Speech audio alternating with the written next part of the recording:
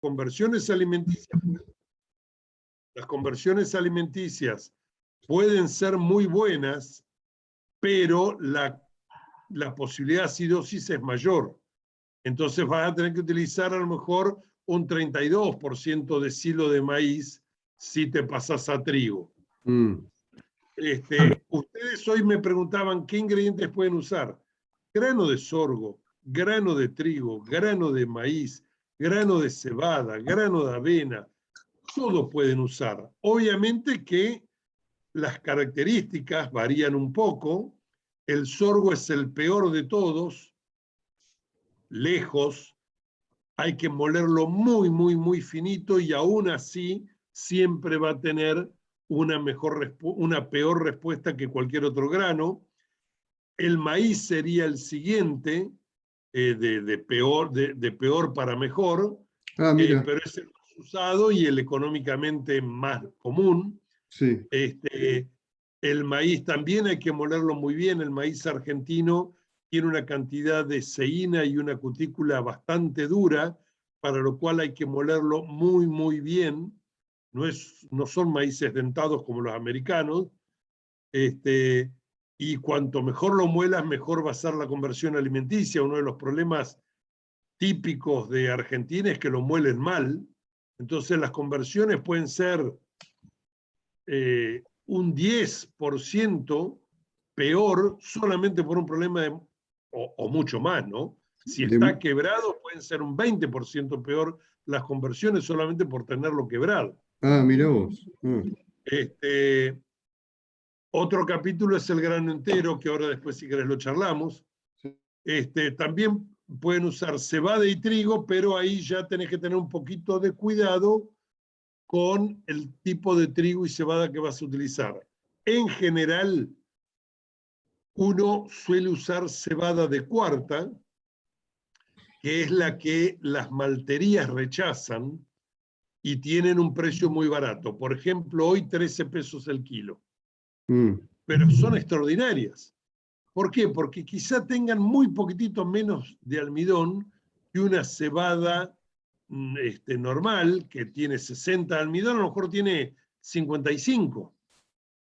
Pero en vez de tener 10% de proteína, a lo mejor tiene 12,5. Hay cebadas que llegan a tener 15,5 de proteína, que la maltería las rechaza porque le dan sabor amargo muy cuando alta, hacen malteado. Claro, muy alta. Entonces, de golpe tenés ingredientes que son muy interesantes a muy buen precio y que se pueden usar perfectamente. Van a tener un nivel de energía un poco menor que el maíz, pero como contrapartida podés tener niveles de proteína más altos que te hacen disminuir un costo de soja o de girasol o de un concentrado. Claro. No nombraste al afrechillo de trigo, José, que se usa tanto en el tambo. Acá no el se usa afrechillo tanto. de trigo le encanta a Juan Elizalde. Es un ingrediente muy noble, poca densidad energética, buen nivel de proteína, buen nivel, tiene 15% de proteína, 16 sobre materia seca, hay muchos afrechillos de trigo que tienen 14 de proteína.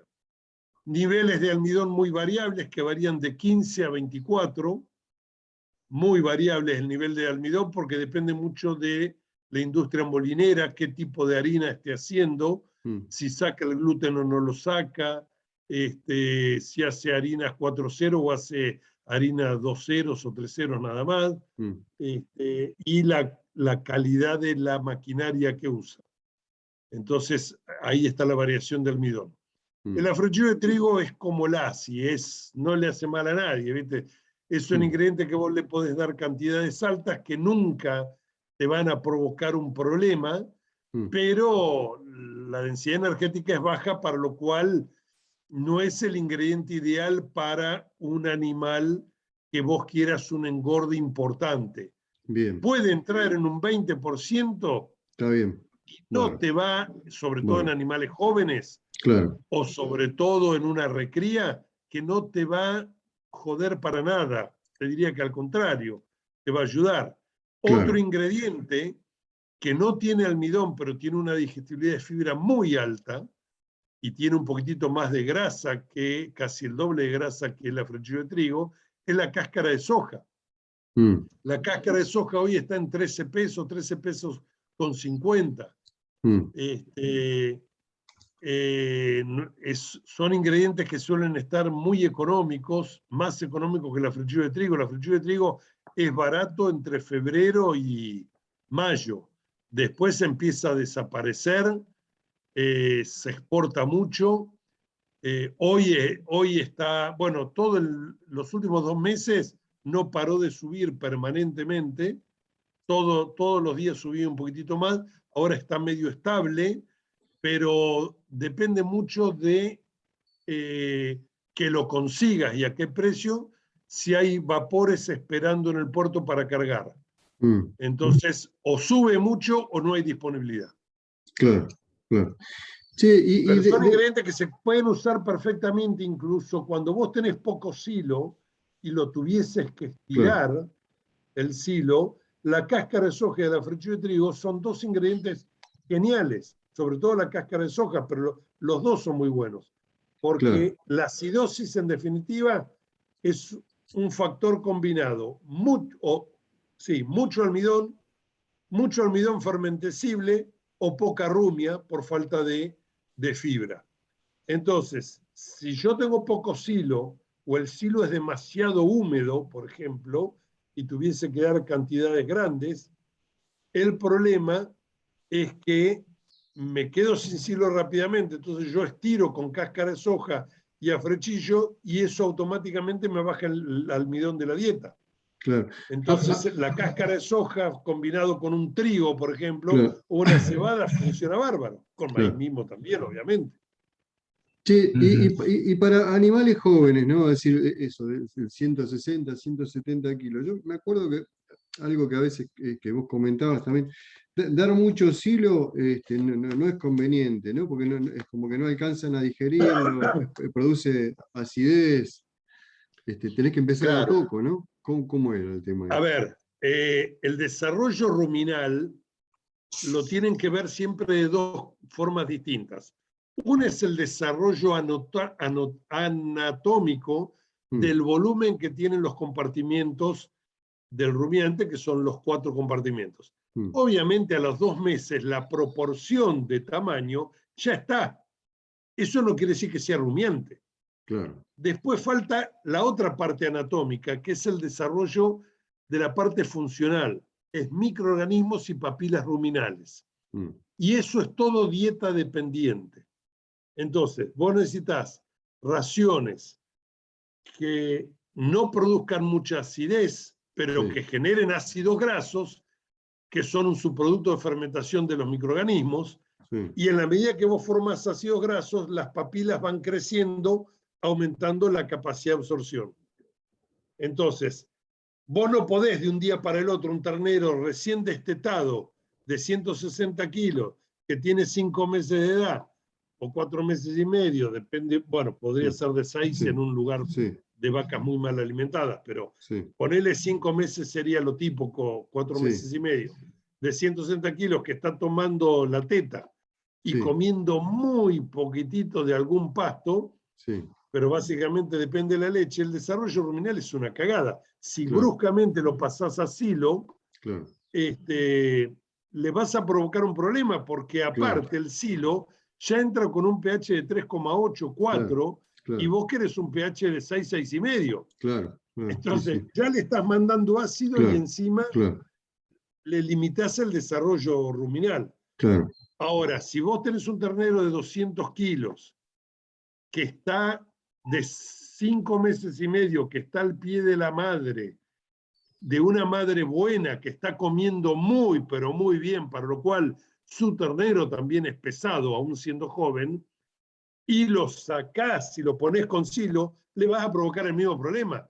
Por eso, en general, obviamente el problema va a ser un poco menor, pero el problema se lo generás. Entonces están las dietas de adaptación, en la cual no se utiliza tanto silo, sino que se utiliza un heno de muy buena calidad. ¿Qué es un heno de muy buena calidad? No tiene nada que ver con que sea alfalfa.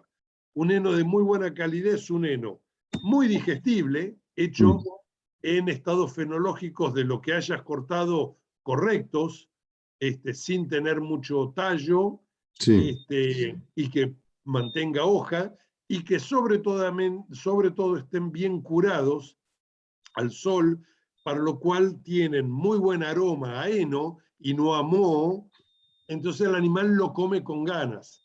claro. Con que coma 1 kilito por día durante los primeros 10 días, chau, es suficiente. Después combinarlo con algo de silo, con algo de grano, pero las necesidades de heno de calidad que vos necesitas para cualquier ingreso de tropas es mínima, pero la gente, ¿viste? No, es caro. Sí, sí, sí. Y se manda unos cagadones terribles. Claro. Ese periodo con poco silo, ¿cuánto debería durar? ¿Un mes? Ponele No, no, no. Menos. Digamos que los primeros 7 a 10 días son los cruciales. Bien. Después ya podés trabajar, si querés seguir usando heno 10 días más, no hay Sí, problema, sí, pero ya podés trabajar con otra calidad de heno y ir sí. aumentando el silo. Está bien, está bien. Es decir, que en 10 días te lleva más o menos para llevarlo a ese porcentaje de silo, ¿no? Que pusimos que era el 27. No, Este, eso te va a llevar 30 días. ah, bu- Vos ah, tenés, ah, vos semana a semana vas a ir pasando ah, de un 25% de grano a un 65% de grano en 4 semanas. bien, La, bien, bien. la diferencia, el concentrado, ponele que sea el mismo, Sí, pero la diferencia va a sí, ser que los primeros 10 días te conviene utilizar un 10-15% de heno en la dieta de claro, buena calidad. claro. Después podés seguir con un 5, un 6% de heno de menor calidad, si querés, Sí, y vas aumentando arrancás con una cantidad alta de silo y va a ir disminuyendo porque va aumentando semanalmente la del grano. bien, bien, ¿Ah? bien, bien. Yo después, si ustedes quieren, Mm. les hago cómo serían dietas de adaptación típicas. Está, está- Con silos, con heno, con silo solo. está Yo bueno en eso. los feedlot, Sí, yo muchas veces en los feedlot, y a ver, ¿qué utilizo para un tambo o para un lugar de recría animales a campo, de engorde, lo que sea? Lo que se produce bien en la zona. sí. A mí, que sea silo de maíz, me chupa un huevo. Mm, Es más, en los feedlot puros les propongo que sea silo de sorgo y mm, silo de sorgos fotosensitivos, sin mm, grano. mm. ¿Por qué? Porque lo que yo necesito es la parte del rafich, la parte de la fibra, La fibra, que sí, vuelvo a sí. decir que con un Claro, 5 o un 6% es claro, suficiente. claro, claro. Entonces, si vos estás en la zona del oeste de Buenos Aires, suponete, y ya entrando en La Pampa, y no importa, en cualquier lugar, el problema de los feedlots, sobre todo grandes, es manejar volúmenes. Volúmenes no solamente es el stock, sino después el reparto diario.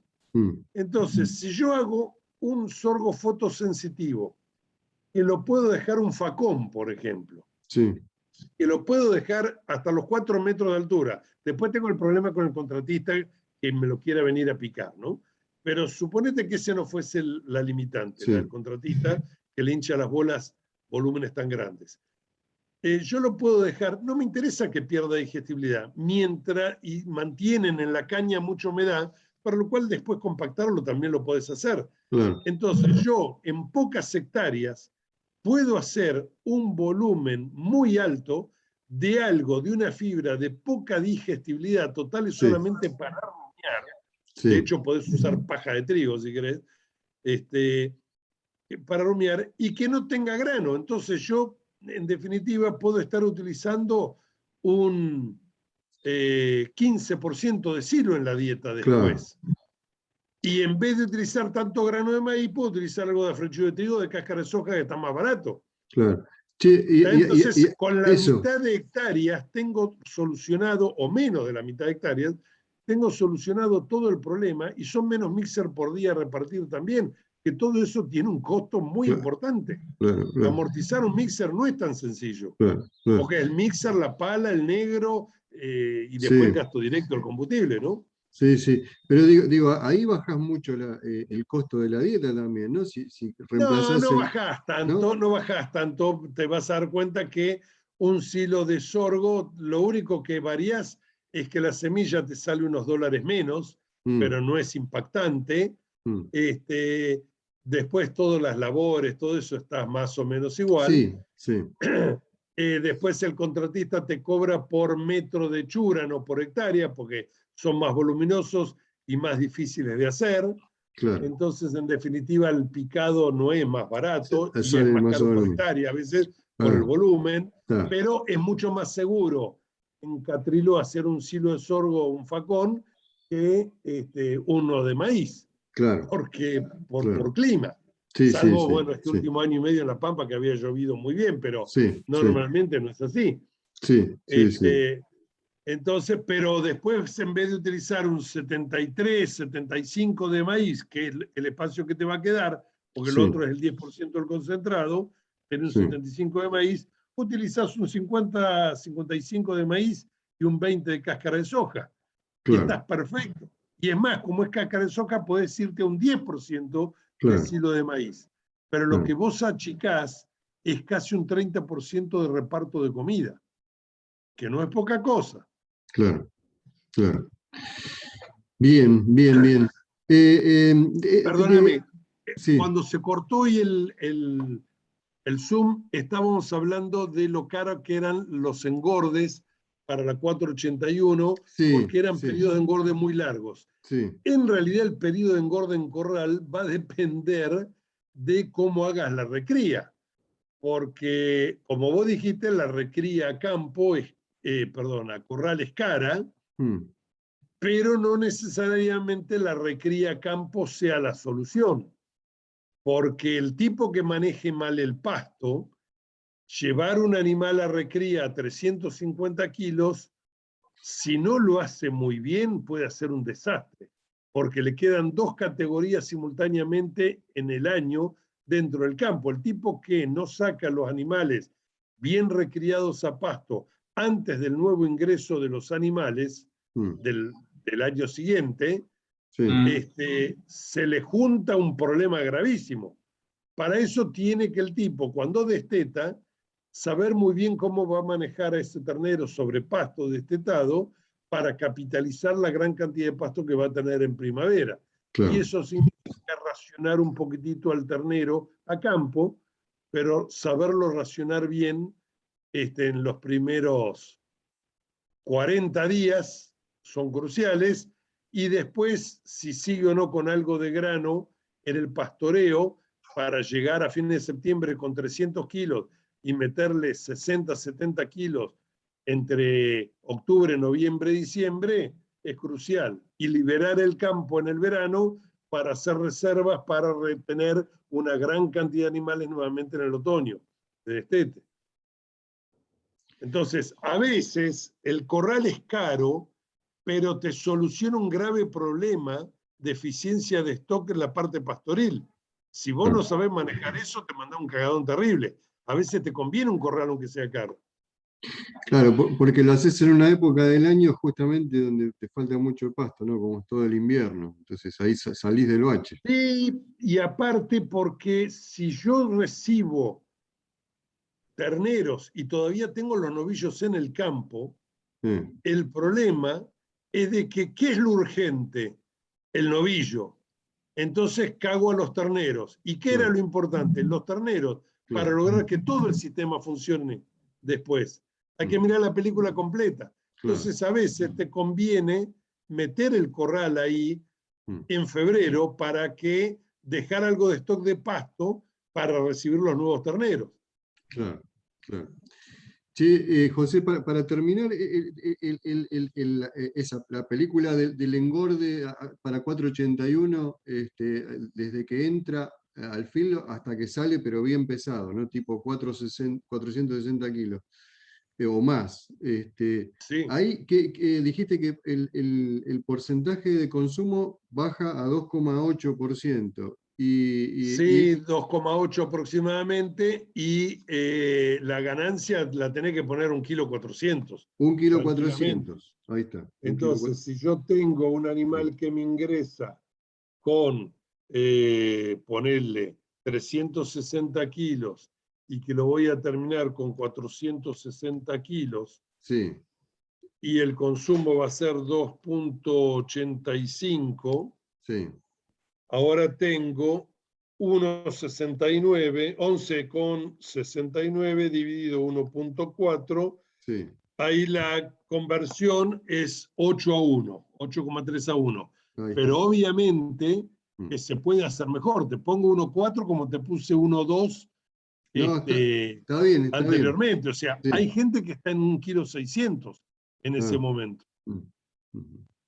No, bárbaro. No, no, ahí daría mucho mejor. Nosotros teníamos una conversión de 8-1 para los chicos, así que era muy ineficiente.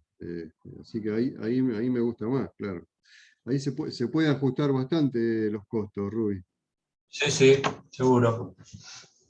Sí, y el engorde en la primera etapa, ¿no? No el engorde, la recría en filo y después terminación a campo, ¿eso funciona o no? No, funciona solamente 3 meses del año, o mejor dicho, 2 meses del año. Hacer una recría de corral correcta, Sí. y correcta significa con poco almidón, pero que los animales ganen entre 800 a 1000 gramos diarios, pero con poco almidón, Sí. cosa que el rumen se mantenga desarrollado y funcionando para una dieta que después a pasto no va a haber almidón, pero que va a tener como contrapartida la posibilidad de que sea un animal que coma mucho, de algo muy digestible, que es el pasto durante el 10 de septiembre y el 15 de octubre. Porque después empezás con animales que empiezan a tener calor, no comen bien, que el pasto se te empieza a pasar y a perder calidad. Ahí depende mucho de la habilidad del que maneje el pasto. No es lo mismo comer, no sé, un pastobillo con 3 hojas, bárbaro. Pero si vos en esa época comés una festuca con más de 1,6 hojas, cagaste.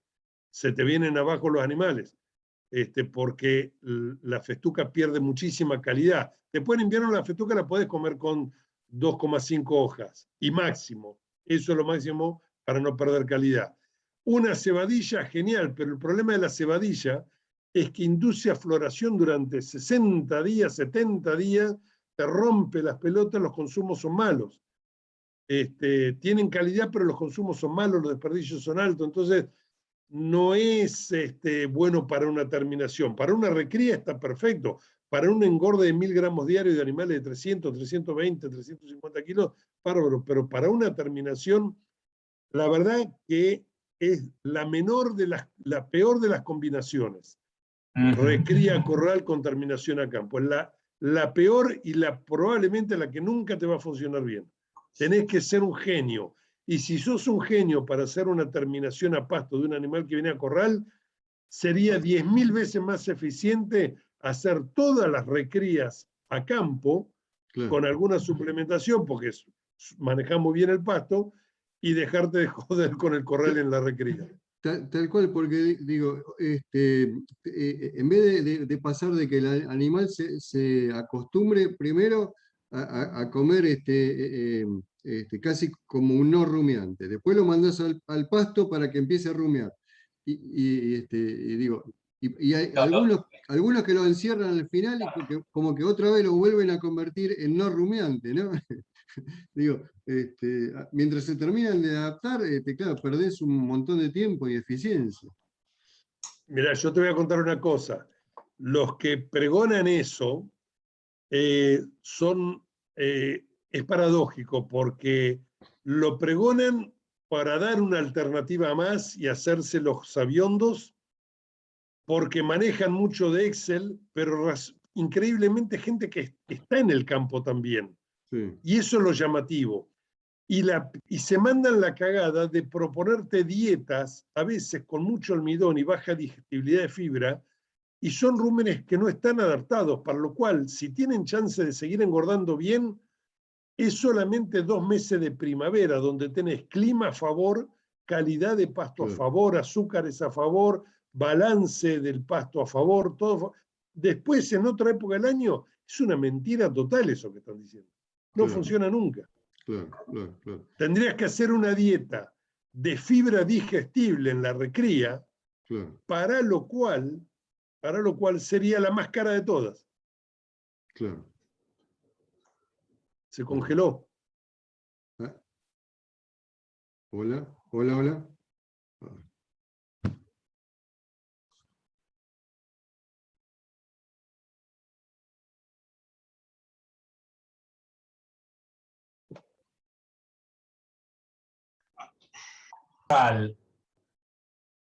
Vos hablaste de ganancias de 800 gramos a 1 kilo. Sí. Con más de eso no, porque te pasás, ¿no? Sí, y 800, a ver, yo te diría un mínimo, hacerlo a corral es caro de por sí, para lo cual, si bien un animal con 650 gramos va bárbaro, se te va a hacer demasiado largo y caro. Entonces, te tenés que ir a ganancia de 800 gramos. Claro. ¿Por qué la de 1000? Porque la de 1000 va más pensando en animales un poco más continentales o de un frame, aunque no sea continental, aunque sea británico, pero de un frame grande. Okay. Ahora, tenés que lograr eso con una dieta que sea digestible, la cáscara de soja, el afrechillo funcionan muy bien, los hilos en grandes volúmenes también funcionan muy bien, y no le agregues nada de almidón. Mandale proteína y mandate con dietas de 14% de proteína como mínimo, cosa de que el animal tenga todo lo necesario para formar proteína, y eventualmente, si es un frame más chico, irá metiendo algo de grasa en lo que sería la calidad ideal, que es el marbling que va a ir formando, porque donde excedes un poquitito de grasa, pero un poquitito, lo vas metiendo en la fibra muscular. Entonces va a ser una buena calidad, vas a tener un longitud, ¿cómo se llama? Una longitud de los cortes más valiosos, más adecuados, porque el animal crece muy bien. Entonces son dietas que tienen mínimo 14% de proteína, no es necesario más de 15,5, bajas en almidón, pero con gran digestibilidad de fibra. Bajas en almidón me refiero, no le pongan más de un 15% de almidón. Y si fuese un muy buen silo de maíz y vos vas a utilizar en la dieta un 80% de silo de maíz, por ejemplo, te diría que ni siquiera hay que agregarle grano de almidón, grano de maíz, ni ningún otro grano. Salvo que sea una cebada o un triguillo medio pedorro, que tienen proteína y tienen menos almidón, bueno, y encima son baratos. Entonces, pero lo que pasa es que esos ingredientes son muy de ocasión, no es para meterlo en una publicación. Se lo estoy diciendo en la cebada de cuarta y el triguillo, para que lo sepan, pero no es para meterlo en una publicación porque son de ocasión. No, escúchame, ¿se banca un ternero, sí, una dieta del 80% de silo de maíz? Sí. De hecho, mira, te voy a pasar, a ver si lo tengo, esto está en... aquí. El otro día justamente nos mandamos unos engordes de unos campos ahí cerquita de 9 de julio, con las conversiones y las ganancias de silo de maíz de autoconsumo, con un concentrado que hacemos nosotros que tiene limitadores de consumo.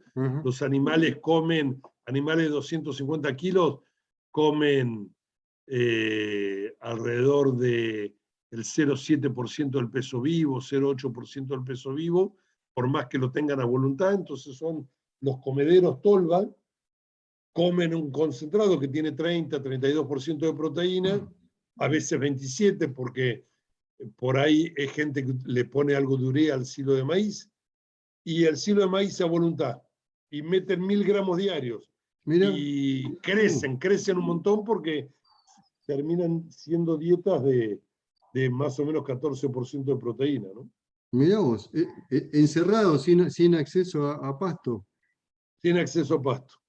Bueno, no lo encuentro ahora acá, pero Bueno, después te los consigo y te los mando. dale, qué bárbaro. Está bueno. Eso lo hacemos hace muchos años. Tuvimos 5 años de investigación para ver qué limitadores de consumo usábamos, porque lo típico era la sal, y la sal te funciona un mes y medio y después no te funciona más. Hay lugares donde te produce unas diarreas bárbaras, otros lugares donde no te funciona nada, se comen todo igual, depende de la calidad del agua, depende un poco los ¿Y cómo hace para limitarle? alimentos. ¿Cómo hace para limitarle el consumo? ¿Con qué? ¿Físico? ¿Un sistema físico? No, es un comedero a voluntad. Porque lo práctico justamente tiene que ser eso, que no tenga que estar llevando todos los días ración y cómo hacer para que todos coman igual. Sí, Por más comedero lineal que tenga, va a haber sí. animales que se van a comer 5 kilos y otros que van a comer medio. El ¿Cómo, promedio te va a dar 3, claro, ponele. y cómo se logra la Eso restricción? utilizamos una combinación de sales metálicas que producen una acidez metabólica y el Sí. animal baja el consumo. Mira, Baja el consumo de eso, pero sigue sí. comiendo de lo otro. Qué bueno, che. Y la investigación nos llevó, lo hicimos con INTA, varios Sí. años porque estuvimos midiendo en los animales sangre, parámetros hormonales, parámetros urinales, de orina, de sangre y de salud durante varios años. Qué bueno, buenísimo. Claro, es una solución para los planteos así. Entonces, silo de autoconsumo más Sí, el concentrado de autoconsumo. claro, claro, claro. Genial. Eso tenemos mucha experiencia ya. Te diría que hace 3, bueno, antes lo hacíamos sin limitadores, pero la problemática era repartir eso. Hasta que logramos y estábamos convencidos de esos limitadores, y ya ahora hace 3 años lo usamos mucho. Hay muchos clientes que lo usan. Genial, genial. Che, bueno, no sé cómo andamos, Rui. Creo que lo exprimimos bastante, ¿no? Yo puedo seguir si quieren, no tengo problema. No, pero Tengo media hora más si quieren. en una de esas preferimos asentar toda esta cantidad de información impresionante y después eventualmente en otro momento hacemos una segunda parte con alguna duda, pero la verdad que... Lo que estaría bueno es digamos, que también me doy cuenta, ¿no? Que por ahí tendríamos que hacer los planteos nuestros en engorde por etapas, ¿no? Porque, es decir, decir una sola fórmula para todo un engorde de 170 a 320 o 170 a 480, la verdad que es poco, muy, muy reduccionista. Por ahí tendríamos Lo que que pasa fraccionar. que todo depende del formato de cómo podés presentar vos. O sea, eh, lo que vos... Yo no podría hacer lo que hacen ustedes, me sentiría muy incómodo, porque lo que ponga puede durar un pedo, porque quizá se puede hacer más barato o distinto el mes que viene, y no es lo mismo si hay seca y me quedé sin silo, y qué sé yo. Tenés tantas alternativas, Sí, que querer encorsetar algo, sí.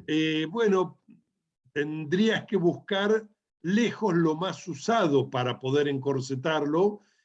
Y cómo, yo no creo que en la publicación de ustedes, no lo sé, si tienen posibilidad de explicar las variaciones que puede haber, porque requiere de dar muchos conceptos que a veces son técnicos. Entonces... nosotros en general las raciones no las ponemos, sino que ponemos los grandes números en un modelo de feedlot, ponemos tanto la alimentación, el consumo, la conversión, pero nosotros sabemos que que se podría abrir más o podríamos tener una variación más continuada en función de los precios de los distintos alimentos, pero cambiar tanto los modelos nos impediría de alguna manera la comparación para atrás o para adelante que después hacemos, que básicamente tiene que ver con el precio de la hacienda. O sea, estaremos perdiendo a lo mejor por reducir el costo al máximo, estaríamos perdiendo la posibilidad de comparar los modelos en una serie histórica. Entonces preferimos, no sé, a lo mejor una vez al año, o si hay cambios importantes cada 6 meses, ir ajustando la ración, que hacer un ajuste muy claro, detallado en forma tan continuada. Sí, sí. Porque eso en general tratamos de hacerlo, José, es decir, ir siguiendo la evolución, ¿viste? Bueno, que en los informes nuestros mostramos un poco, digo, ¿viste? Cómo viene la tendencia, ¿no? Si viene así para abajo, es una señal de alarma para el sector, ¿no? Para el sector que sea. Y si, bueno, si va para arriba, entonces, bueno, ahí todo el mundo está mejor, está de mejor humor, bueno, y que en general muchas veces depende de la tendencia de los precios, ¿no? De los precios de la hacienda. Y el ternero son los que definen un poco el resultado del feedlot. Claro. Entonces, nosotros vamos viendo un poco esas relaciones y en función de eso, lo que pasa es que, bueno, nos pasa como ahora que después de tanto tiempo de que los resultados son negativos o muy malos, decimos, bueno, queremos ajustar un poquito como para adaptarnos un poco a la realidad de que el productor también está buscando ese cambio. Y aparte que nosotros, digo, a veces podemos estar errados, que quizás mostramos los números que a nosotros nos dan recontra negativo y en realidad, bueno, no es tan así porque a lo mejor eso, las ganancias son mejores o usan otro tipo de alimento. Entonces, también queríamos estar al tanto, digamos, de que lo que estamos publicando, porque como hay mucha gente que lo lee, lo mira, lo comenta,